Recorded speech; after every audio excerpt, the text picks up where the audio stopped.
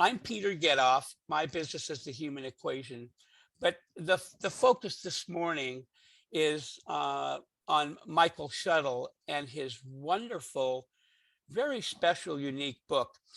I'm going to let Micheal fill you in on any kind of bio that he feels is germane.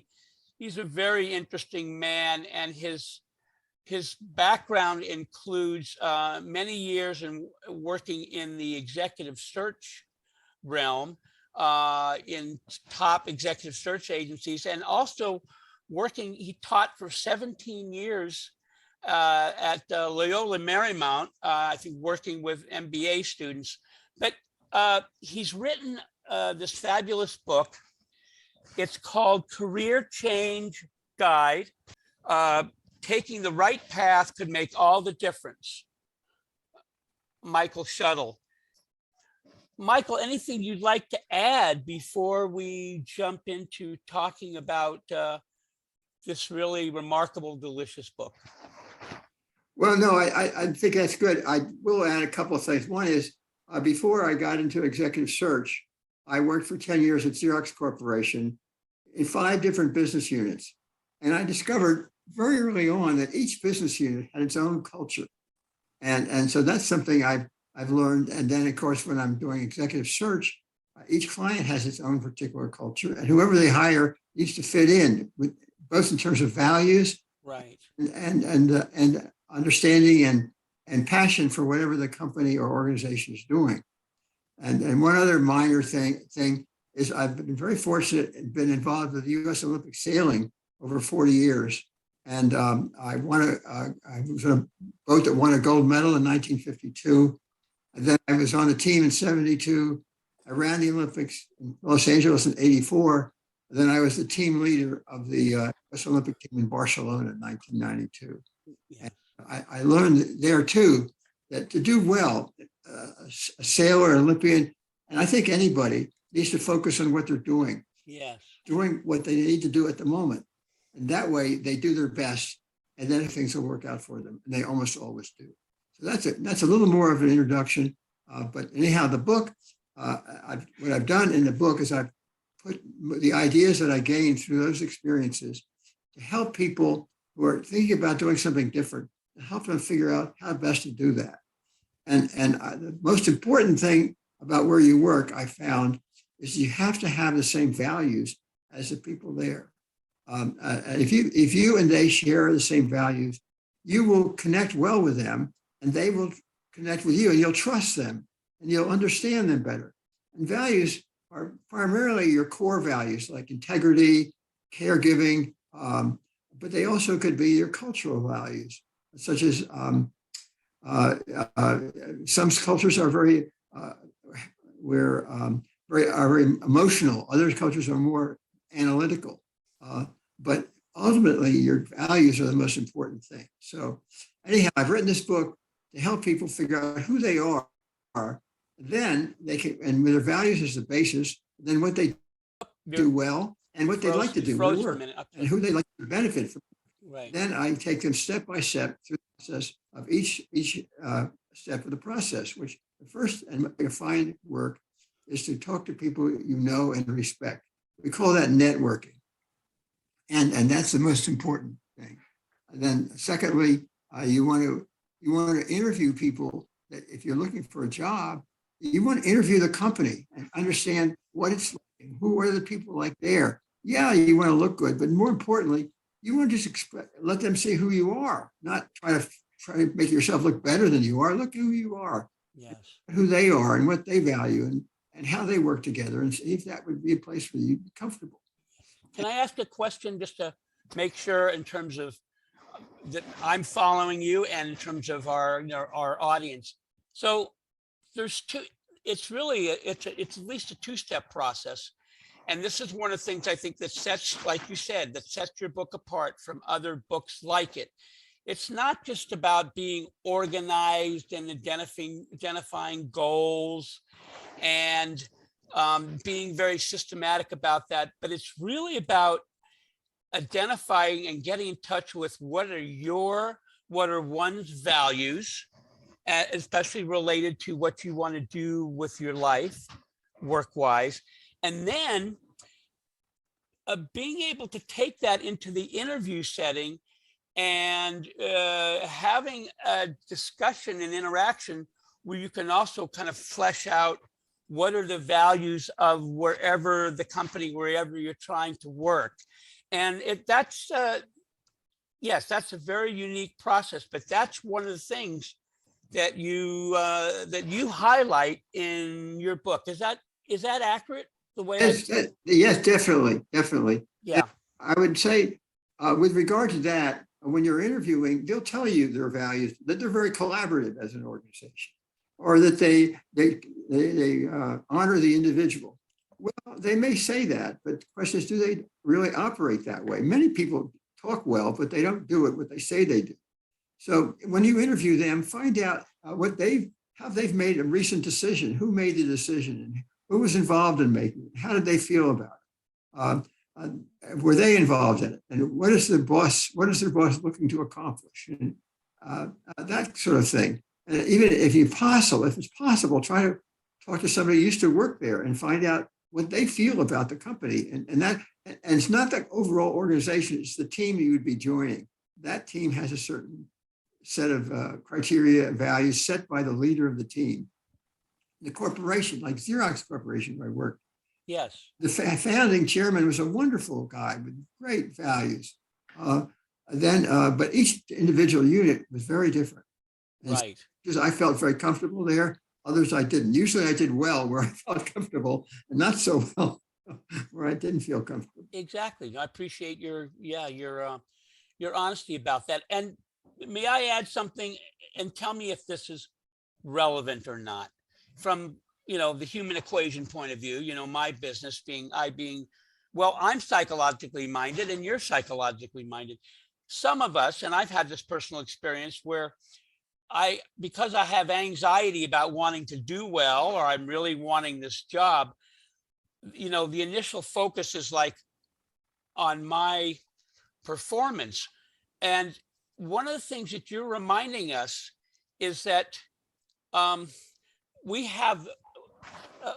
are entitled to, and it is so important to see ourselves as interviewing them and as finding information out about them, especially, as you say, like identifying what's the culture and what are the values with the company. So I hear you. And is there anything you'd want to say about that in terms of those of us who might be programmed not necessarily to think in the very liberating way that you talk about in your book? Well, to answer your question directly, when you ask questions about how the decisions are made, and if you go to that meeting organized with maybe a list of questions that you already found something else about them, you have a list there and written down. Then you start asking questions that are good questions. That tells them a lot about you. So it's really, your questions reveal who you are. If you ask a lot about the compensation, and that's not going to go off very well. Yes. How does a team work together? What are the values? How are decisions made? Who takes responsibility? How do you help each other? That identifies how you think, and that's a good thing to do, because you. And then the other point about feeling anxious, Peter, I'm going to tell a little story about the Olympics. All right, may I do that? Please. All right. When I was sailing with Dr. Britton Chance in '52, the Olympics were in Helsinki, Finland, and we went over to Sweden and we practiced in the Baltic Sea in Sweden. And I was a young guy, and when I had a problem with something with a boat, I would try to force it. I'd jam it. I'd pull on it or something. And the skipper of the boat was a professor at the University of Pennsylvania and a scientist. And he tapped me on the shoulder and said, "Mike, stop, look at it, figure out what to do and do that. Focus on what you're doing." And that lesson has been with me my whole life. So I think when you're in an interview, you're in the interview. You want to find out about them, and you let them find out about you in a nice way. You don't tell them all the things you've done, you ask questions, and if they ask for facts, give them facts. Don't don't tell them you're good at anything. Tell them what you've done. There I'm making another point, is that what they do is, and what you do and what you've done is what's important, not what you say, how you did it exactly. That's important, but it's not about your value. You can't tell people these are my values. You have to demonstrate them in what you've done, and they the same, and you're just doing it naturally. That's the thought. You know, I feel so fortunate to be meeting with you again, because I always learn something from meeting with you. I benefit from your wisdom. Thank you. And you know, you're not saying it, but I'll say it, is that in your book, again, compared to other books like it, in terms of career change, making a difference in your life, your book is integrated with your wisdom that comes from your years and years of experience. And as you have, you know, transparently shared your experience, like every single one of us has had experience with failure and with lots of success in terms of dealing with all kinds of problems. So I just want to say that for the audience, is that this wisdom that you have, that's, you know, that's throughout the book, you know, that's throughout the book. We have about 5 minutes. Just want to do a time check here and ask you, like, what else would you like to highlight in terms About the book? About the book? Yes. Sure. I've divided the book into a chapter for each step of the process of looking for a job. And for instance, the first steps are to figure out who you are. And we've discussed that. But once you have a sense for that, then you have to decide if you're going to want to stay or leave where you're working. You may not be happy with your boss, but maybe you could get another job in the organization, doing something different in another group, because each group is different. So you're wise to take your time. Don't just rush off. Think about it and look into the options you have there before you leave. And if you decide to leave, then you need to prepare yourself, and that includes writing a resume. And I have several thoughts about a resume. I think a resume should have the facts about what you've accomplished, not any flattery about yourself. Some people put in all their competencies, or put in all these great things they can do. I'm a good teacher. I'm a good learner. I write, whatever. I'm confident in this and that software. No, it's what you've accomplished in the resume. And some people try to hide the fact that they didn't graduate from college or didn't go to college. They put in the college, but they don't put in the graduation year. That puts out a red flag. Anybody who looks at a resume knows that. So what do you suggest to those people then? I would just simply say attended such and such a university in the. I see. And then that makes it very clear what they did. And then if they put in some stuff about their personal interests, a resume can tell you a lot about a person. Yes. If they have where they've been involved in the community and made a contribution, they should state that. And not a whole, they're taking all these different courses in computer science and word programming, Excel. That's not very important these days. Pretty much assumed you've done that. So along the way, those are some of the ideas I give. And what else? In the networking, you again talk to people who are more knowledgeable, people who use trust. Yes, networking. Say, because you and I have talked about that. Yeah, the networking. Say a little bit about that, please. More. Yeah, well, I think you want to talk to people who have a broader perspective that can give you ideas, and not that they're going to find you a job, but initially talk to people who are consultants or leaders, and maybe you're even a minister at your church, or synagogue, or whatever. Yes. Or friends, aunts and uncles that are maybe doing work in an area that might be of interest to you. Exactly. What they're doing, and find out about it, and then try to decide where you think you might want to work. Not what job you're going to get. Start to get a better understanding of the opportunities that are out there. there are many more than you ever can imagine. And it doesn't. Say that again, Michael, say that again, because I think a lot of people, my experience has been with my own clients, with myself, with family, friends. Say that again about in terms of opportunities. Okay, well, I think many people look at the job they just had and they try to find another job similar. And there's lots of needs out there that are very different. For instance, I was looking to, I left Xerox and I was looking to go in marketing at another company. And I got approached by a search firm and presented to one of their clients. The client didn't want to interview me because I'd gone to Yale and Harvard Business School. And he thought that I'd have to be too stuck up. So at Heidrick and Struggle said, Mike, what about joining our firm? And that had never occurred to me. Yes. But that led to a great move for me because it was something that really fit with who I am and what I love. Yeah. So my point is, when you are out there talking to people, think about what might be of interest to you. You just never know when it might be something that you had not considered. Right. Be flexible and open to all kinds of opportunities. Or that things may be opportunities that you hadn't considered, but don't be rigid. Right. Yeah. Don't be narrow-minded. Don't be narrow-minded. And you have a chance when you've left a place or looking, you're free to go any direction. So it's a great opportunity to get on the right, as my book says, get on the right path. Yeah. Maybe on the wrong path, choose a better path. Yeah. Yes, exactly. And that also reminds me is not only is your book full of, kind of shot through and through with wisdom, but common sense.